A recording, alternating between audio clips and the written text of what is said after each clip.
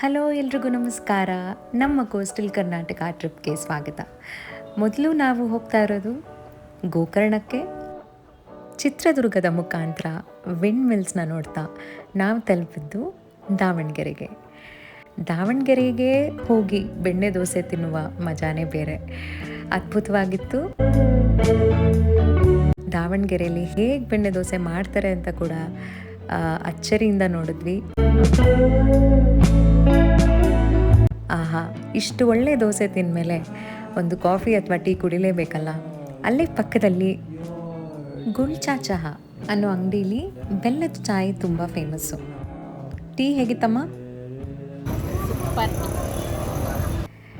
ದಾವಣಗೆರೆಯಲ್ಲಿ ಭಾರೀ ಮಳೆ ನೋಡಿದ್ವಿ ಅಂತ ಅಂದ್ಕೊಂಡ್ರೆ ಗೋಕರ್ಣ ರೀಚ್ ಆಗ್ತಾ ಇದ್ದಂಗೆ ಗೊತ್ತಾಯಿತು ಇನ್ನೂ ಜೋರು ಮಳೆ ಕಾದಿದೆ ಅಂತ. ವಿಸಾರ ಗ್ರ್ಯಾಂಡ್ಗೆ ಚೆಕ್ ಇನ್ ಆದ್ವಿ. ಅಷ್ಟೇ ಅದ್ಭುತವಾದ ವ್ಯೂ ಕೂಡ ಇತ್ತು. ಗೋಕರ್ಣದ ಭಾರೀ ಮಳೆನಲ್ಲೇ ಛತ್ರಿ ಹಿಡಿದು ಅಂತೂ ತಲುಪಿದ್ವಿ ಮಹಾಗಣಪತಿ ದೇವಸ್ಥಾನವನ್ನು. ಮಹಾಗಣಪತಿ ದೇವಸ್ಥಾನದ ನಂತರ ಅಲ್ಲೇ ಪಕ್ಕದಲ್ಲಿ ಇದ್ದ ಈ ಶಿವಲಿಂಗ ದರ್ಶನ ಮಾಡಿ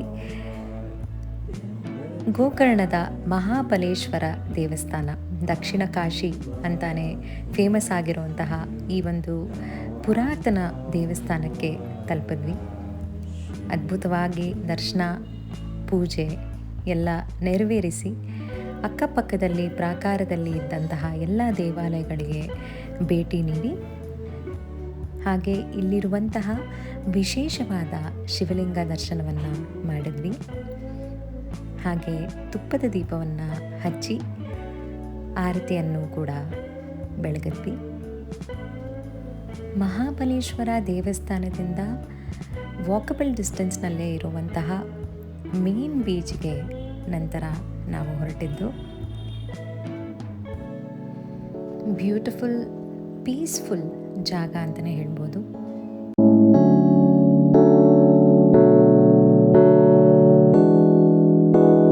ಅಲೆಗಳು ಸ್ವಲ್ಪ ರಭಸವಾಗೇ ಇತ್ತು. ಈ ಅಲೆಗಳನ್ನು ನೋಡ್ತಾ ಸಮಯ ಜಾರಿದ್ದೇ ತಿಳಿಲಿಲ್ಲ. ನಂತರ ಅಲ್ಲೇ ವಾಕಬಲ್ ಡಿಸ್ಟೆನ್ಸ್ ಅಂತ ಅಂದ್ಕೊಂಡು ಹೊರಟಿದ್ದು ರಾಮ್ ತೀರ್ಥಕ್ಕೆ. ರಾಮ್ ತೀರ್ಥದ ಅಕ್ಕಪಕ್ಕದಲ್ಲೂ ಕೂಡ ಅದ್ಭುತವಾದ ವ್ಯೂ ಕೂಡ ಇತ್ತು. ಇದು ರಾಮತೀರ್ಥ ಅನ್ನುವ ಜಾಗ.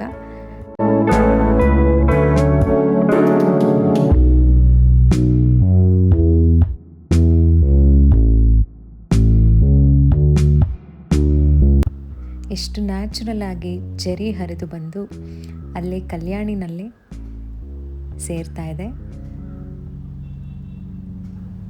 ಇಲ್ಲಿ ಒಂದು ರಾಮನ ದೇವಸ್ಥಾನವಿತ್ತು.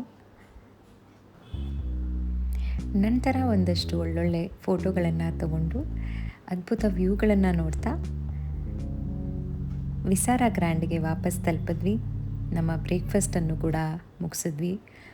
ರುಚಿಯಾದ ಪೇಪರ್ ದೋಸೆಯನ್ನು ತಿಂದು ಗೋಕರ್ಣದ ಪ್ರವಾಸ ಓಮ್ ಬೀಚ್ ನೋಡದೆ ಹೇಗೆ ಮುಗಿಯೋಕ್ಕೆ ಸಾಧ್ಯ? ಮುಂದಿನ ವಿಡಿಯೋದಲ್ಲಿ ನೋಡೋಣ.